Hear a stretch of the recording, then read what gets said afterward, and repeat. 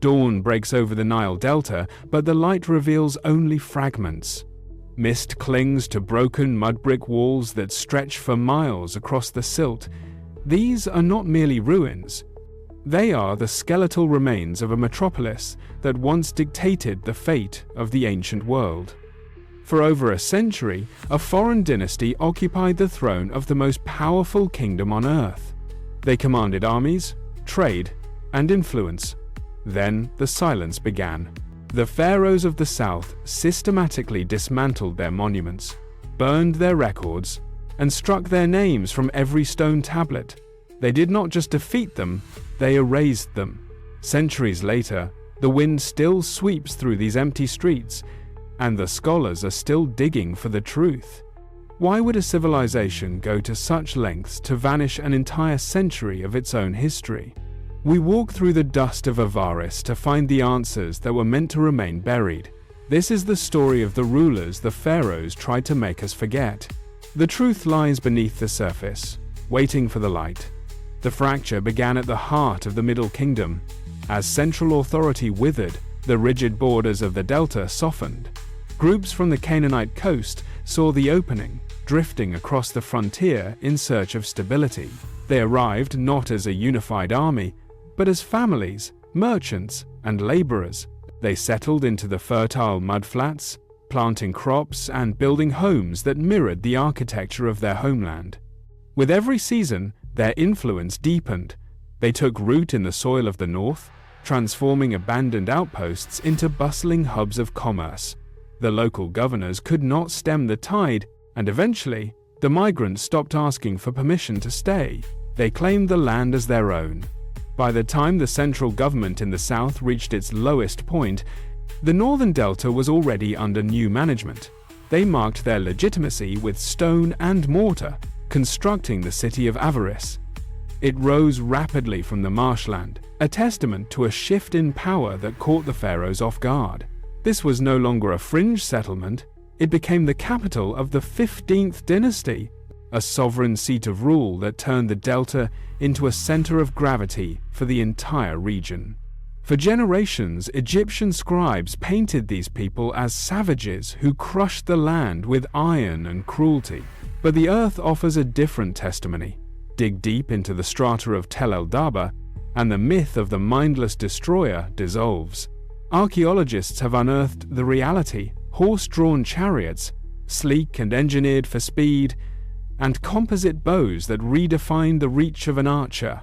These were not the tools of a marauding mob. They were the products of a sophisticated, innovative culture. The 2025 excavations at Wadi Tumilat have added a critical layer to this puzzle. Fresh findings reveal a society that integrated seamlessly, adopting local customs while fueling a massive surge in trade. They acted as a bridge between worlds, accelerating the technological development of the entire delta. Every shard of pottery and every bronze weapon found in these pits serves as a silent witness to a period of rapid evolution. We are not looking at a mere conquest, but a profound shift in the mechanics of the ancient world. They brought the future to the banks of the Nile, and the evidence is only now beginning to speak. The closer we look, the more the labels of the past fall away, replaced by the complexity of a civilization that history tried to bury. While the delta thrived under the foreign dynasty, a different current was pulling beneath the surface in the south. The Theban princes watched the north with increasing hostility.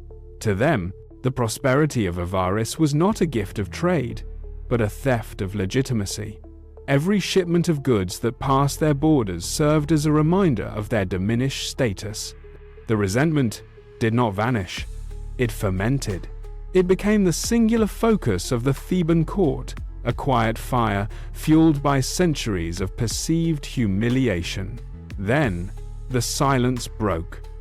Ahmose I ascended to the throne with a clear, singular mandate: to reclaim the north.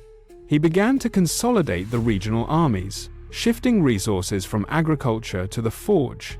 He replaced the old, hesitant bureaucracy with commanders whose loyalties were forged in the promise of retribution. The atmosphere in the south thickened with the weight of impending collision.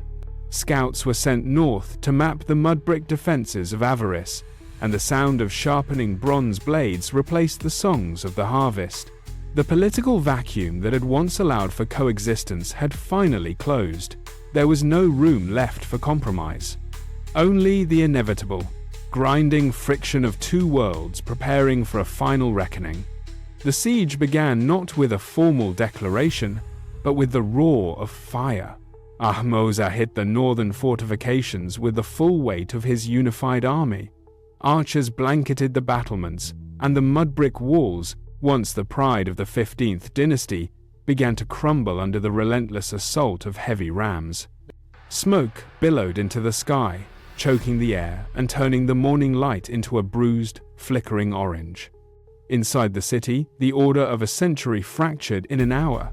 Panic surged through the streets as the gates gave way. There was no time to save the archives or the treasures. There was only the frantic scramble to reach the western exits. Ahmosa surged through the breach, his forces sweeping through the districts with cold precision. The defense collapsed into chaos. Families abandoned their homes, surging into the surrounding marshes to escape the encroaching flames. The reign of the northern rulers ended in the heat of the collapsing city. By sunset, the streets of Avaris were silent, save for the crackle of burning timber. The Hyksos were no longer masters of the delta. They were refugees, driven out into the wilderness, their century of influence reduced to ash and the distant sound of retreating footsteps. Shifting landscape of the Levant. No monuments remained to track their path. No chronicles recorded their final destination. Their identity simply ceased to exist as a distinct power, absorbed into the regional population like rain hitting dry sand.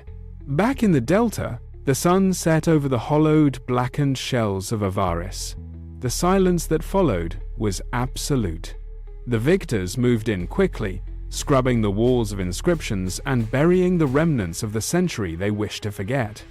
History is a selective mirror, and in this case, it was polished to reflect only the glory of the new kings. We look at the ruins today, not as a finished story, but as a gap in our collective memory.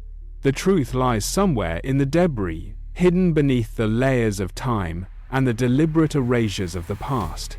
It serves as a reminder that the loudest voice in history is often the one that holds the pen.